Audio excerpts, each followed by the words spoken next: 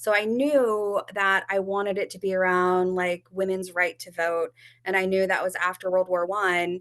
But, there's such a heaviness in that time period, whether that's because of, all the back and forth over prohibition, but also, the flu back then, what they called the Spanish flu at the time, killed so many people as people were coming home from World War One, those types of things.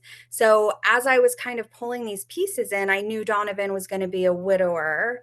And I did not actually plan it to align at the time with the flu.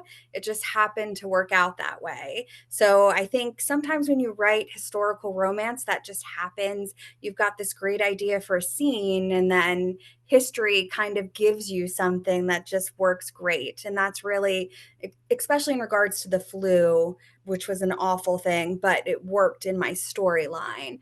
So, in regards to prohibition, I wanted Cecilia to be an independent woman, but a lot of the women during that time who were independent had lost their husbands because of the Great War. They had inherited property from their husbands.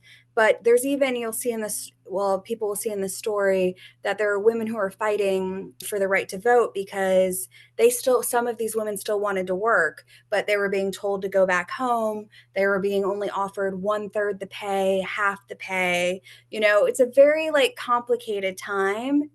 I think I could have gone through a million rabbit holes in this time period, but I just tried to. I had a plot that I was going with, and I tried to use things that fit in. I think I could write more books in this time period, honestly. It's just a very fascinating time period.